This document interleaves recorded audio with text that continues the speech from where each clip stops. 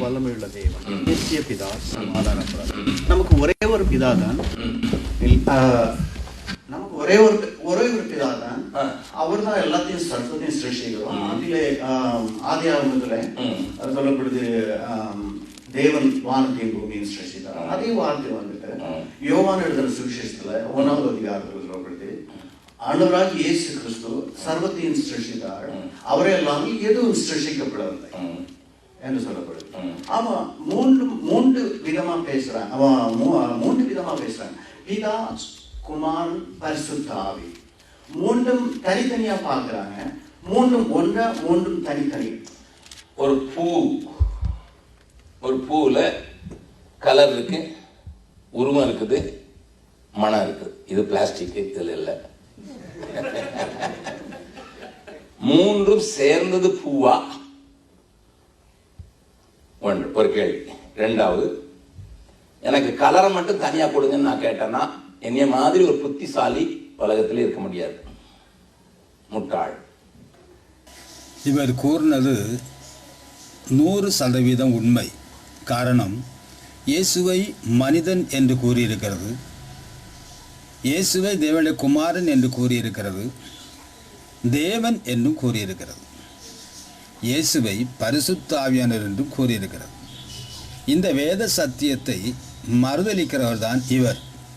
அதனால் இவர் கூறினது இவருக்கும் பொருந்தும் என்பது 100% உண்மை. பூ என்கிற வடிவத்தில் வெள்ளை கலரோ சிவப்பு கலரையோ நான் பார்க்கிறேன். கலரை பிடிக்க முடியாது. பிதா கலர், குமாரன் உருவம். அவர்கள் தான் நான் பிதாவை பார்க்க முடியும். அவர்களுக்குள்ளே அனுபவிக்கிறவர் ஆவியானவரை, அந்த முகம், அதை நான் உணர முடியும். இந்த மூன்றும் சேர்ந்ததுதான் தேவன். வேதம் சொல்கிறது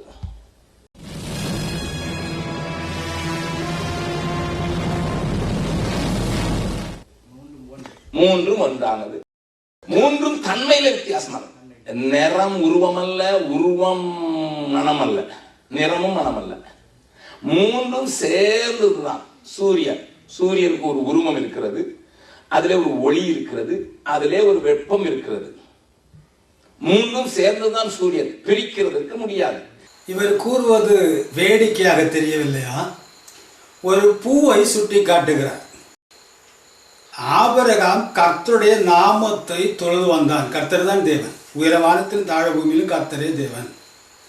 ஈசாக்கு தேவனுடைய அல்லது கர்த்தருடைய நாமத்தை தொழுது வந்தான். யாக்கோபு கர்த்தருடைய நாமத்தை தொழுது வந்தான். இந்த சங்கீத புஸ்தகத்தில் முழுவதும் நாம் கர்த்தருடைய நாமத்தை தான் தொழுவதற்கு வேதம் சொல்லுகிறது. அப்படியால் கர்த்தர் தான் தேவன், தேவன் தான் கர்த்தர், அவரைத்தான் தொழுது வந்தார்கள். யாரை தொழ வேண்டும்? உன் தேவனாய் கர்த்தர் ஒருவரை பணிந்து கொண்டு அவர் ஒருவருக்கு ஆராதனை செய்வாயாக என்று எழுதியிருக்கிறது.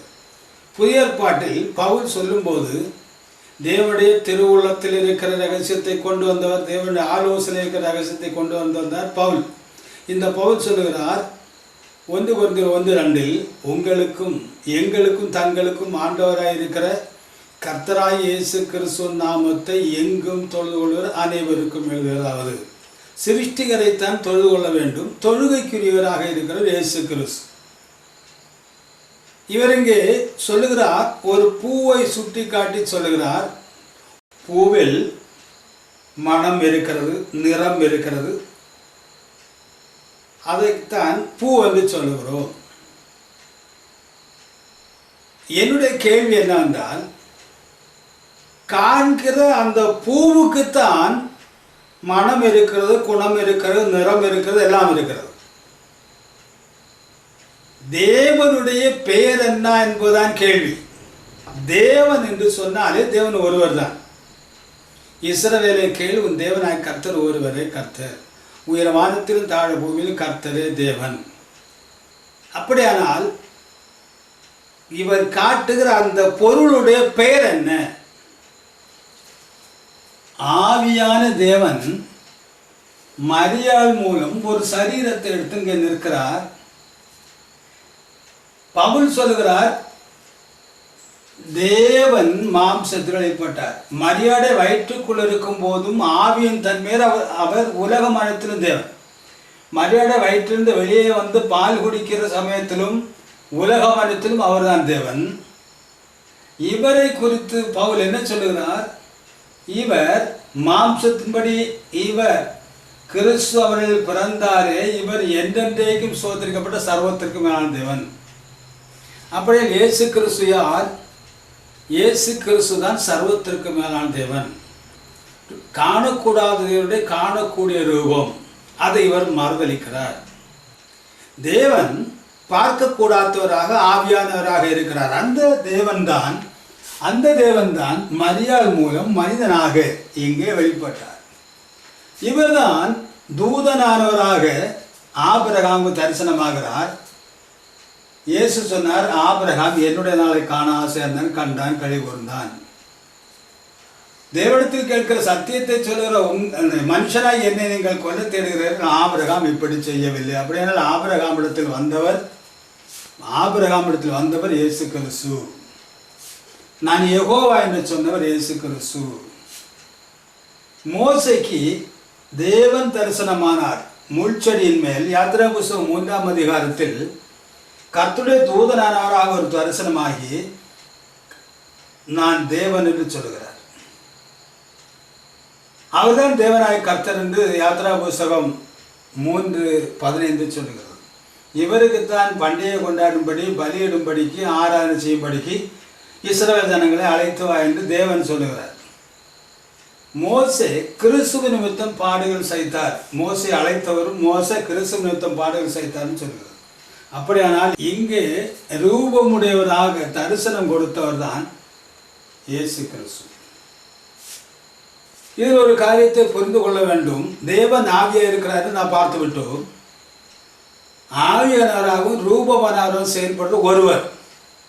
இங்கே ஆபிரகாமுக்கு, மோசைக்கு, கிதியோன், மனவா, எலியா, ஒத்தினியோன், சாலோமன், ஏசாய் இவர்களிடத்தெல்லாம் வந்தவர் இங்கே மரியாதை வயிற்றுக்குள் இருக்கிறார். இங்கே ஆபிரகாம் தரிசனம் கொடுத்தவர், மோசைக்கு தரிசனம் கொடுத்தவர், இப்பொழுது மரியாதை வயிற்றுக்குள் இருக்கிறார். அப்படியானால் ஆவியானவராகவும் ரூபமானவராகவும் செயல்படுற இருவரா ஒருவரா? தேவனாவி, பரிசுத்தாவி, ஆவி. அப்படியானால் தேவனாகவும் தூதனாகவும் மனிதனாகவும் ஆவியானவர் செயல்படுற ஒருவரா, இருவரா, மூவரா? நிதானம் உங்களுடையது. அடுத்தது என்ன சொல்கிறார் பாருங்கள். ரொம்ப இன்னும் மிஞ்சி போய் இயேசுவையும் அப்பான்னு சொல்ல ஆரம்பிச்சிட்டோம். ஏசப்பா ஏசப்பா, சின்ன பிள்ளைங்களுக்கு கதை சொல்லும்போது ஏசப்பா பிடிப்பாரு, ஏசப்பா கடிப்பாருன்னு. இயேசுவை அப்பா என்று சொல்லக்கூடாதாம். கலாத்தியர் 4ஆம் அதிகாரம் 6ஆம் வசனத்தில் நாம் இயேசுவை அப்பா பிதாவை என்று கூப்பிடத்தக்கதாக தேவன் காணக்கூடாதவர் இங்கே கண்டிருந்த இவருடைய ஆவியை உங்கள் இருதயத்தில் அருளினார். எதற்காக? இவரை அப்பா பிதா என்று கூப்பிடத்தக்கதாக என்று வேதாகமம் சொல்கிறது. மாத்திரமல்ல, இவரை யாருடைய சாயலில் தேவன் படைத்தார்?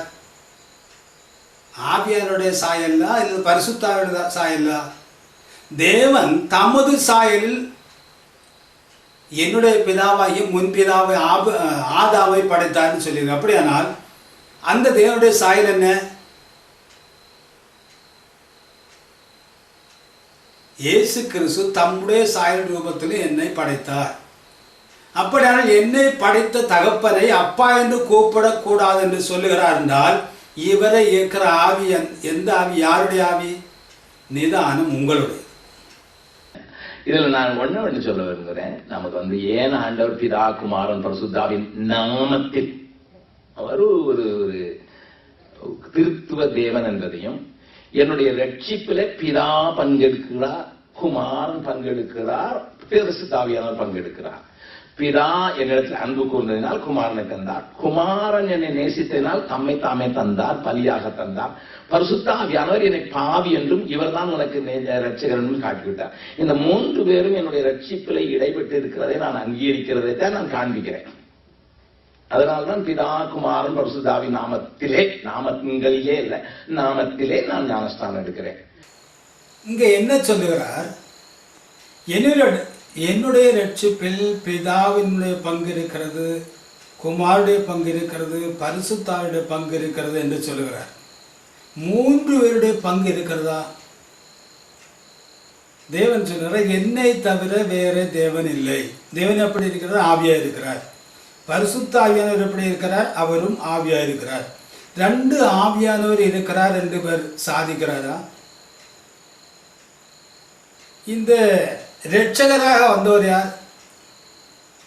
நாம் வேதத்தில் பார்க்கிறோம், தேவன் தீர்க்கதரிசிகள் மூலம் பேசினார் என்றும் கர்த்தர் தீர்க்கதரிசிகள் மூலம் பேசினார் என்று வாசிக்கிறோம்.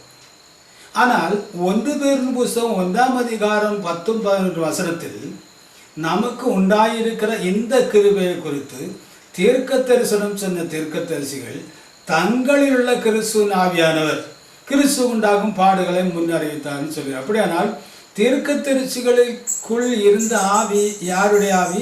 கிறிஸ்துவின் ஆவி. அப்படியான கிறிஸ்து யார்? என்றென்றைக்கு சோதரிக்கப்பட்ட சர்வத்திற்கு மேலான தேவன். இப்பொழுது தீர்க்கதரிசிகளுக்கு உள் ஆவியானவர் அறிந்து பேசினவரும் சிலுவைக்கு வந்தவரும் ஒரு நபர். அதை இவர் மறுதளிக்கிறார். 2ஆம் நபர் என்றும் 3ஆம் நபர் என்றும் கூறுகிறார். அப்படியே இவர் யார்? நிதானம் உங்களுடையது. அடுத்ததாக இவர் என்ன சொல்லுகிறார்? பிதா குமாரன் பரிசுத்தாவியின் நாமங்களில் நாமத்திலே நான் ஞானஸ்நானம் எடுத்திருக்கிறேன் என்று சொல்லுகிறார். அந்த பிதா என்பது நாமமா? ஐயா, அப்பா என்பது பெயரா? அம்மா என்பது பெயரா? மகன் என்பது பெயரா? பேரன் என்பது பெயரா? பறவை என்பது பெயரா? மிருகம் என்பது பெயரா? இவர் என்ன கூறுகிறார்? இயேசு சொன்னார், சிருஷ்டிப்பில் பிதாவாகவும் இரட்சிப்பில் மனிதகுமாரனாகவும் நம்மை வழிநடத்துவதில் பரிசுத்தமுள்ள ஆவியானவராகவும் செயல்படுற கர்த்தருடைய நாமத்தில் ஞானஸ்நானம் சொல்றார். ஞானஸ்நானம் கொடுக்கும்படி சொல்லுகிறார். யாருக்கு சொன்னார்? 11 சீசர்களுக்கும். இங்கே காண்கிற இந்த 11 சீசர்களுக்கும் சொன்னார், நீங்கள் மற்றவர்களை சீசராக்கி. இவர் யார் மூலம் எப்படி சீசனானார்? இவருடைய குரு யார்? இவர் குரு, இவருக்கு இவர்கள் சீசர்கள். இந்த இப்பொழுது பேசுகிற அகஸ்டின் ஜெகோமாருடைய குரு யார்? வேதாகமத்தில் எங்கெல்லாம் பிதா குமாரன் பரிசுத்தாவி என்று சொல்லி ஞானஸ்நானம் கொடுத்திருக்கிறார்கள், எத்தனை பேர் எடுத்திருக்கிறார்கள்? அப்படி எத்தனை சபை எங்கெல்லாம் உருவாயிருக்கிறது?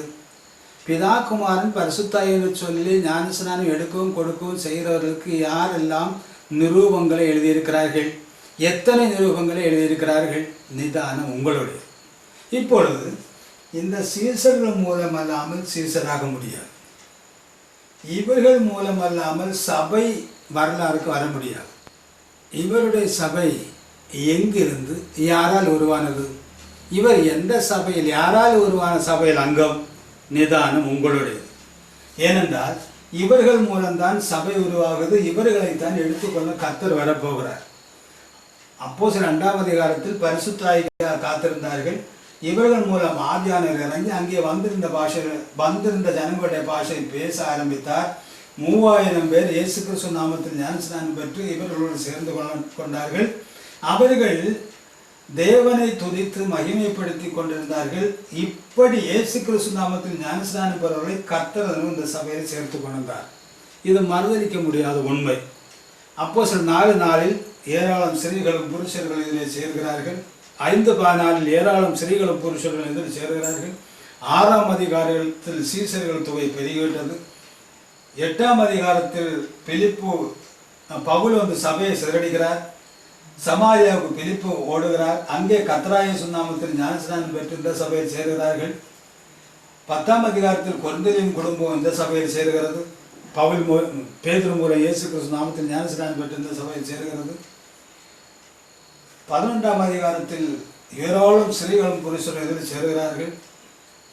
16ஆம் அதிகாரத்தில் லீதியாளும் குடும்பம் இதில் சேர்கிறது.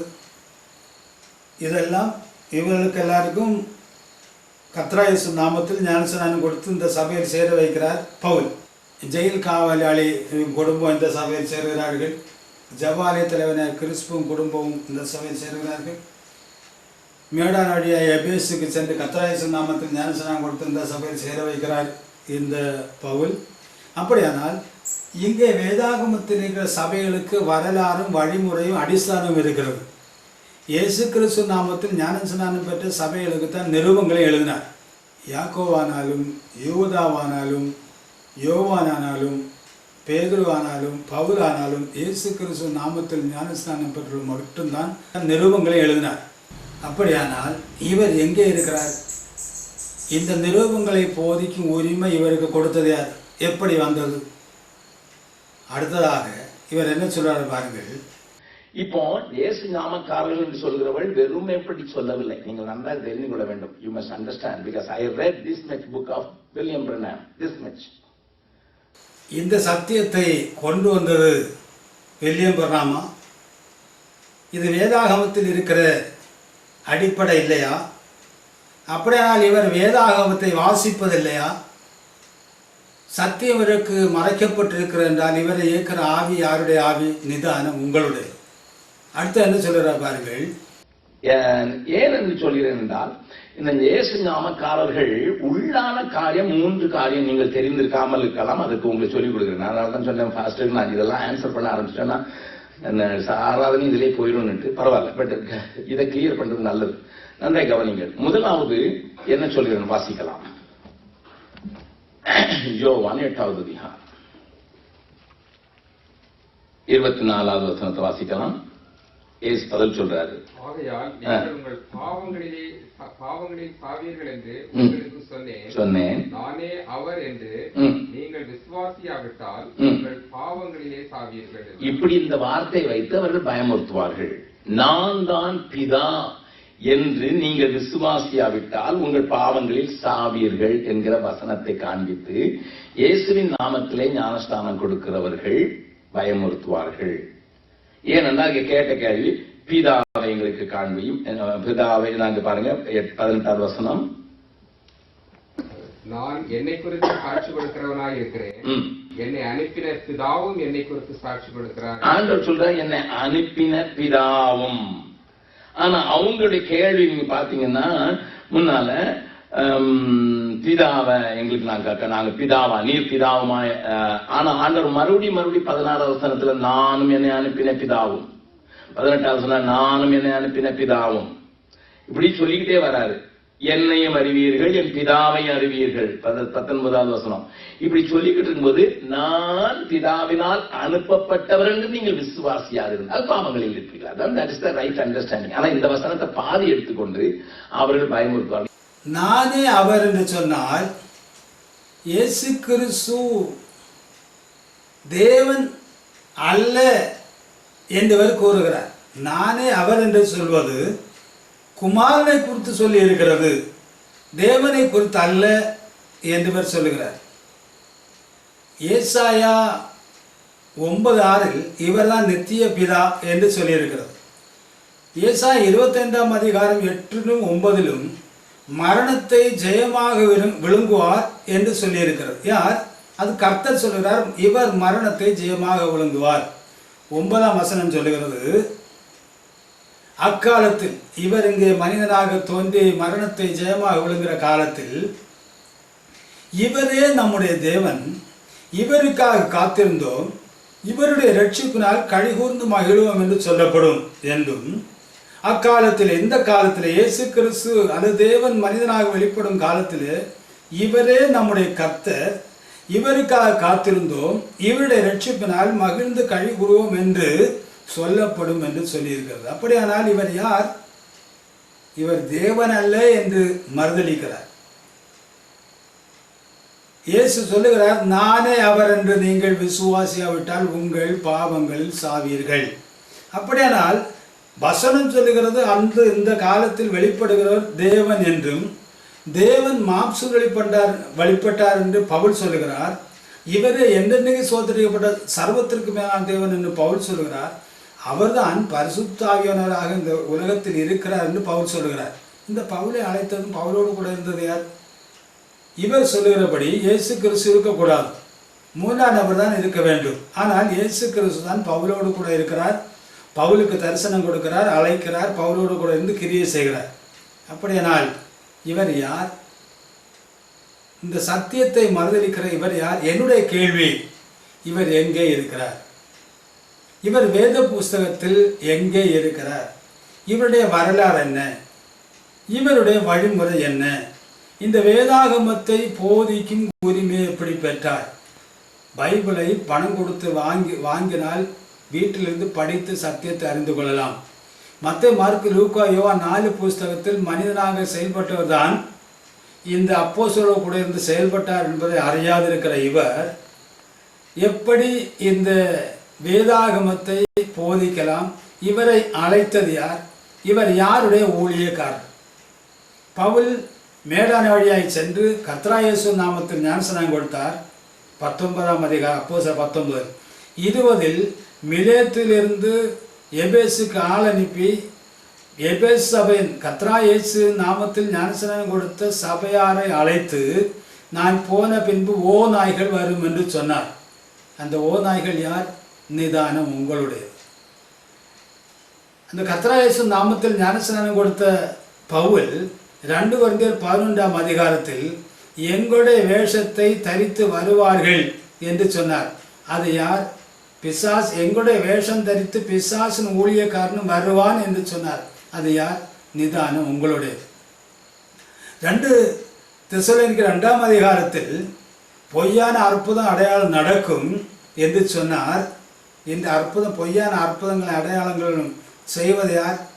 இந்த வேதாகமத்தில் இருக்கிறவர்களா? அப்போஸ்தலர் ஞானஸ்நானம் பெற்று, அப்போஸ்தலர் மூலம் ஞானஸ்நானம் பெற்று இந்த அடிப்படை சத்தியத்துக்குள் இருக்கிறவர்களா? இல்லை. அப்படியானால் இவர்கள் யார்? நிதானம் உங்களுடையது.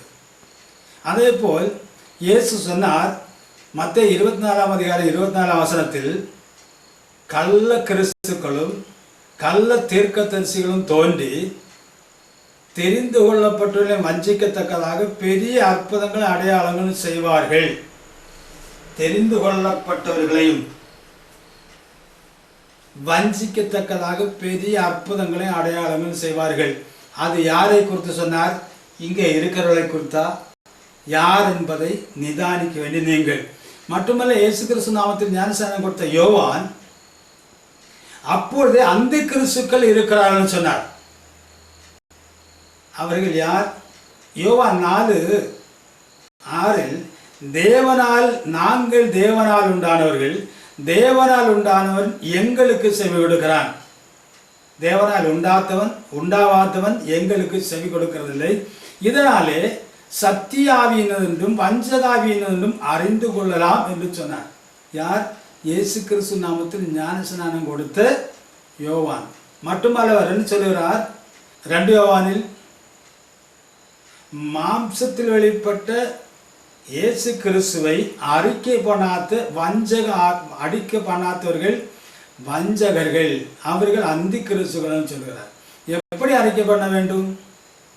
அதே யோவான் 1 யோவான் 5ஆம் அதிகாரம் 20ஆம் வசனத்தில், இந்த குமாரன் எண்ணப்பட்டவரே மெய்யான தேவன் என்று சொல்லுகிறார்.